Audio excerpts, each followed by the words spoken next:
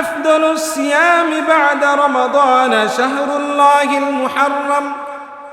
এক নম্বর আমলের কথা নবী করিম সাল্লাল্লাহু আলাইহি ওয়াসাল্লাম তিনি বলেন, আল্লাহ পাক রব্বুল আলামিনের কাছে রমজান মাসের রোজার পর সর্বশ্রেষ্ঠ রোজা হলো মুহররমের রোজা। সুবহানাল্লাহ। নবী করিম সাল্লাল্লাহু আলাইহি ওয়াসাল্লাম দুই নম্বর আমলের কথা বলেন, সিয়ামু ইয়াউমি আশুরা ইন্নী আহতাসিবু আলাল্লাহ আহতাসিবু আলাল্লাহি আইয়ুকাফফিরাস সানাতাল্লাতী ক্বাবলাহু ওয়াস সানাতাল্লাতী বা'দাহু। নবী করিম সাল্লাল্লাহু আলাইহি ওয়াসাল্লাম বলেন, দুই নম্বর আমল হলো কোনো বান্দা বান্দি যদি 10ই মুহররম যদি রোজা রাখে, 10ই মুহররম রোজা রাখার কারণে তার পূর্ববর্তী 1 বছরের গুনাহ আল্লাহ মাফ করে দেয়। সুবহানাল্লাহ। তিন নম্বর হলো আল্লাহর নবী বিশ্ব নবী রাহমাতুল লিল আলামিন বলেন, মান ওয়াসা আলা ইয়ালিহি ফিন নাফাকাতি ইয়াউমা আশুরা ওয়াসা আল্লাহু আলাইহি সাইরা সানাতিহি। আল্লাহর নবী বলেন, এই মুহররম মাসে যদি তার পরিবার পরিজনের জন্য যদি বেশি বেশি করে যদি ব্যয় করি, আল্লাহ পাক রব্বুল আলামিন তাকে সারা বছর সচ্ছলতা আল্লাহ দান করবেন। সুবহানাল্লাহ। আলহামদুলিল্লাহ আলহামদুলিল্লাহি নাহমাদুহু ওয়া নুসাল্লি আলা রাসূলিহিল কারীম। أما بعد فأعوذ بالله من الشيطان الرجيم. بسم الله الرحمن الرحيم.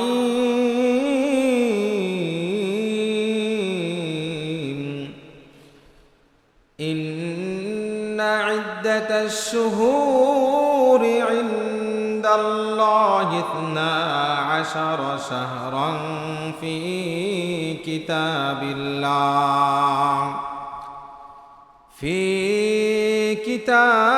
الله يوم خلق السماوات والأرض منها 4 حرم ذلك الدين القيم فلا تظلموا فيهن أنفسكم وقاتلوا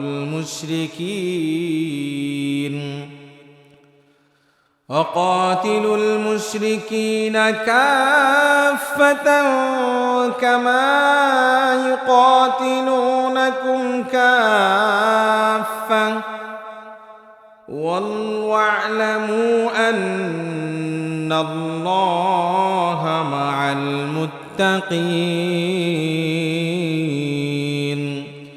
صدق الله العظيم. وقال رسول الله صلى الله عليه وسلم أفضل الصيام بعد رمضان شهر الله المحرم أو كما قال عليه الصلاة والسلام. شكر درود إبراهيم پڑھیں. اللهم صل على محمد وعلى آل محمد كما صليت على إبراهيم وعلى آل إبراهيم إنك حميد مجيد. اللهم بارك على محمد وعلى آل محمد كما باركت على إبراهيم وعلى آل إبراهيم إنك حميد مجيد. আলহামদুলিল্লাহ। মহান আল্লাহ রব্বুল আলামিনের দরবারে লাখো কোটি শুকর ও সুজুদ যেই মহান রব্বে করিম আমাদেরকে ফিতনা জামানায় সমস্ত প্রকার বালা মুসিবত থেকে, সমস্ত প্রকার ফিতনা ফাসাদ থেকে দয়া করে মায়া করে ইহসান করে ভালোবেসে মহান আল্লাহ পাক রব্বুল আলামিনের বড় হুকুম হলো জুমার নামাজ আদায় করা। আমাদের সকলকে জুমার নামাজ আদায় করা নিয়তে মসজিদে উপস্থিত করেছেন। এই জন্য সকলে হৃদয়ের গহীন থেকে কালিমাতু শুকুর আদায় করে সকলে বলি আলহামদুলিল্লাহ। সম্মানিত হাজিরিন, আমাদের বর্তমানে যেই মাস চলতেছে আরবি মাস মুহররম মাস, হিজরি সনের প্রথম মাস মুহররম মাস। এই মুহররম মাসে আমাদের কিছু করণীয় রয়েছে, কিছু বর্জনীয় রয়েছে।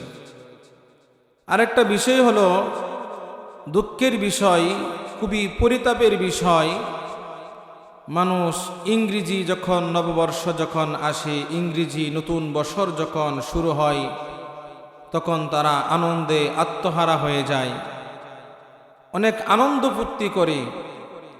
কিন্তু আরবি মাস যখন আসে, আরবি মাসের প্রথম মাস যখন ছায়াপাত করে, তখন তাদের কোনো খোঁজখবরই নাই।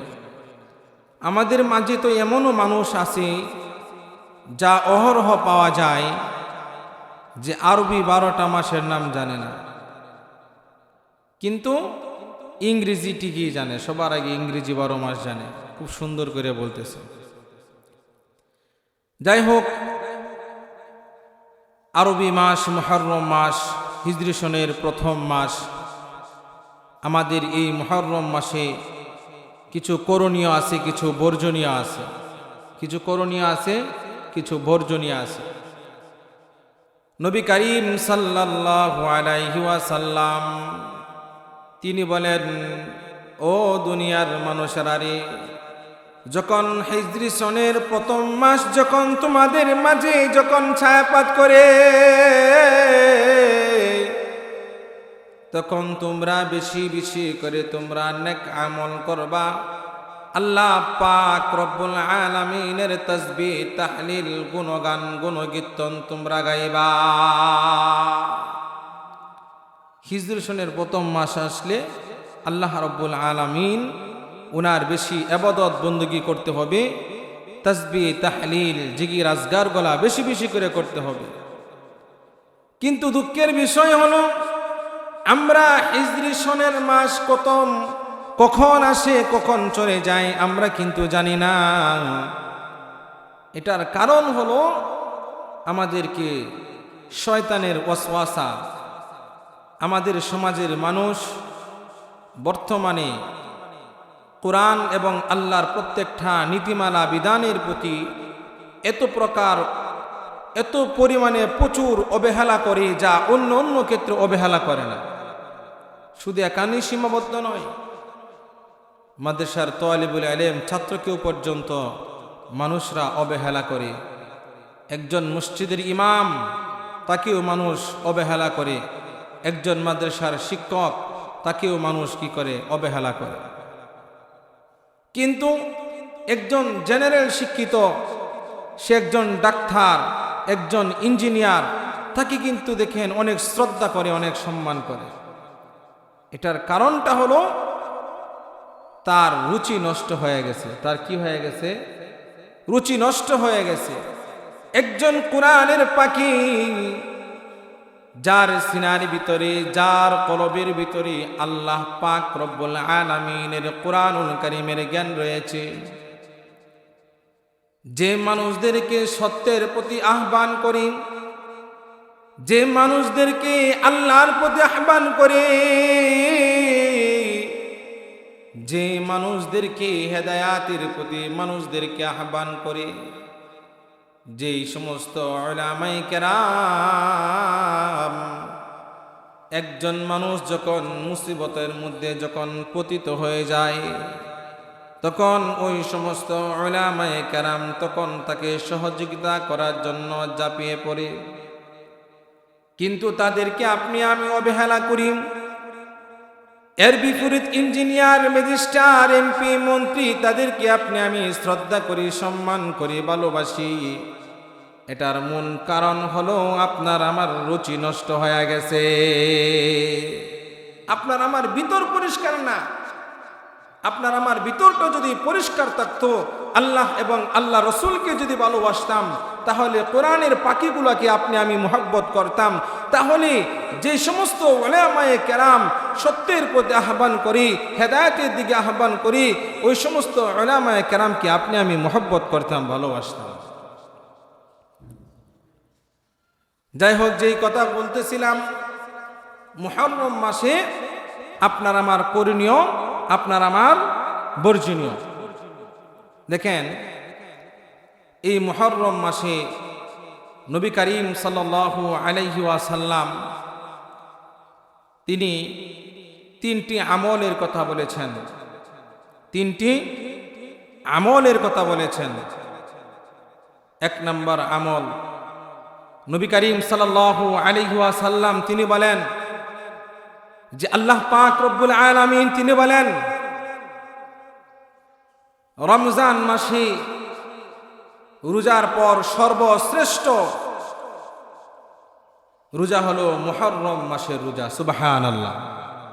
রমজান মাসের রোজার পর সর্বশ্রেষ্ঠ রোজা হলো মুহররম মাসের রোজা। এই জন্য মেরে দোস্ত বুজুর্গ, এই মুহররম মাসে আপনাকে আমাকে কি করতে হবে? রোজা রাখতে হবে। রোজা কিভাবে রাখবো, কখন রাখবো, এই বিষয়ে আলোচনা হবে।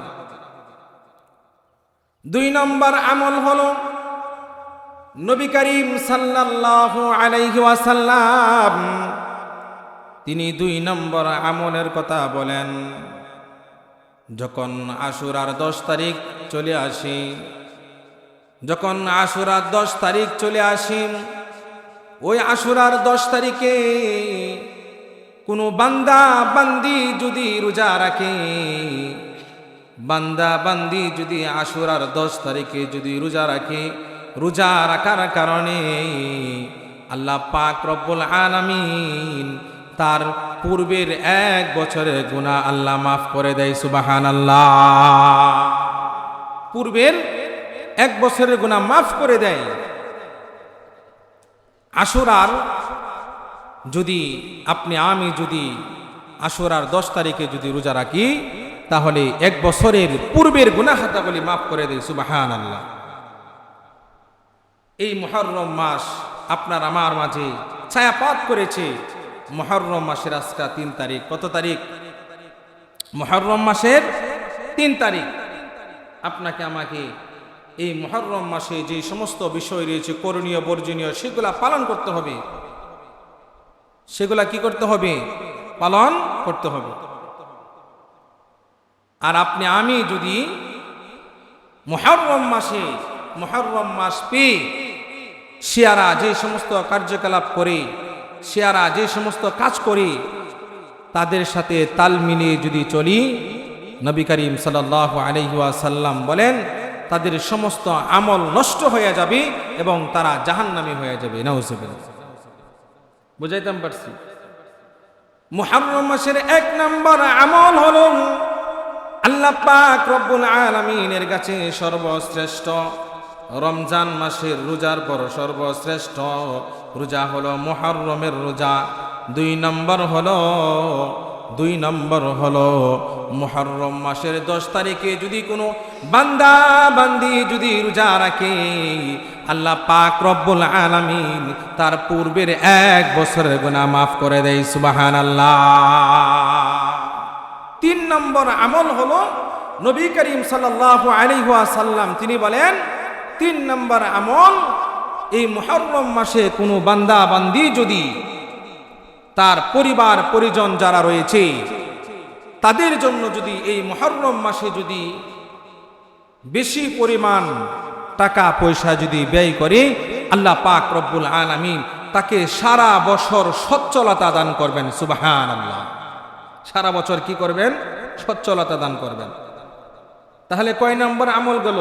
3 নম্বর আমল। আপনি আমি কিন্তু এই মুহররম মাসে এই 3টা আমল করব। কয়টা আমল করব? 3টা আমল করব। যাই হোক, যেই কথা বলতেছিলাম, মুহররম মাসের আমলের কথা বলতেছিলাম। 1 নম্বর আমলের কথা বললাম, 2 নম্বর আমলের কথা বললাম, তিন নম্বর আমলের কথা বললাম, যে আমলগুলা বিশ্বনবী রাহমাতুল লিল আলামিন তিনি করতেন। যে আমলগুলা তিনি কি করতেন? বিশ্বনবী রাহমাতুল লিল আলামিন তিনি করতেন। আল্লাহ রাসূল বলেন, আফদালুস সিয়ামি বা'দা রমাদান শাহরুল্লাহিল মুহাররম। এক নম্বর আমলের কথা নবী করিম সাল্লাল্লাহু আলাইহি ওয়াসাল্লাম তিনি বলেন, আল্লাহ পাক রব্বুল আলামিনের কাছে রমজান মাসের রোজার পর সর্বশ্রেষ্ঠ রোজা হলো মুহররমের রোজা। সুবহানাল্লাহ। নবী করিম সাল্লাল্লাহু আলাইহি ওয়াসাল্লাম দুই নম্বর আমলের কথা বলেন, সিয়ামু ইয়াউমি আশুরা ইন্নী আহতাসিবু আলাল্লাহ